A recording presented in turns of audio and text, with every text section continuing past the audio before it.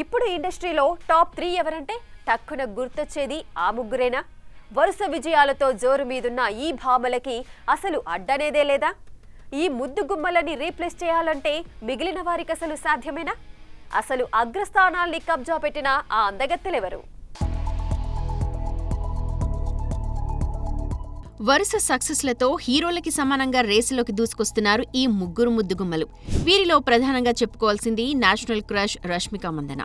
చలో సినిమాతో తెలుగునాట అడుగుపెట్టిన ఈ కన్నడ కుట్టి గత ఏడాది పుష్ప 2 సక్సెస్తో ఒక్కసారిగా మోస్ట్ అవైటెడ్ అయిపోయింది. ఇక ఈ ఏడు చావాతో చేసిన సందడి అంతా ఇంతా కాదు. టాలీవుడ్, కాలీవుడే కాదు బాలీవుడ్లోనూ నా రేంజ్ తగ్గలేదు అంటూ మరోసారి చాటి చెప్పింది.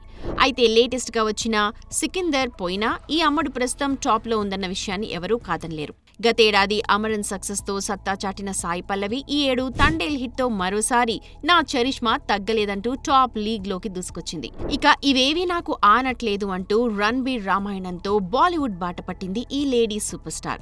ఈ చిత్రం కనుక సాలిడ్ సక్సెస్ కొడితే సాయి పల్లవి ముంబైలో మరిన్ని సినిమాలకు కమిట్ అవ్వడం పెద్ద కష్టమేమీ కాదు. ఇక వీరి సంగతి ఇలా ఉంటే 3వ స్థానం కోసం పోటీ పడుతున్న కీర్తి సురేష్, శ్రీలీల, మీనాక్షి చౌదరిలలో మీనాక్షి కాస్త ముందుందనే చెప్పాలి. గుంటూరు కారం, రాబిన్ హుడ్ సినిమాలతో శ్రీలీల, బేబీ జాన్ డిజాస్టర్తో కీర్తి నంబర్ గేమ్లో వెనక్కి వెళ్లిపోయారు. వీరి బ్యాక్ స్టెప్స్తో మీనాక్షి ఇప్పుడు నంబర్ గేమ్లోకి దూసుకొచ్చింది. లక్కీ భాస్కర్ సక్సెస్ అవ్వడం, సంక్రాంతికొస్తున్న 300 కోట్లు కొల్లగొట్టడం ఈ అమ్మడికి బాగానే కలిసొచ్చింది. మొత్తానికి టాప్ 3 చూస్తే Rashmika, Sai Pallavi, మీనాక్షిలే దర్శనమిస్తున్నారన్నమాట. For more videos like this, subscribe Big TV channel.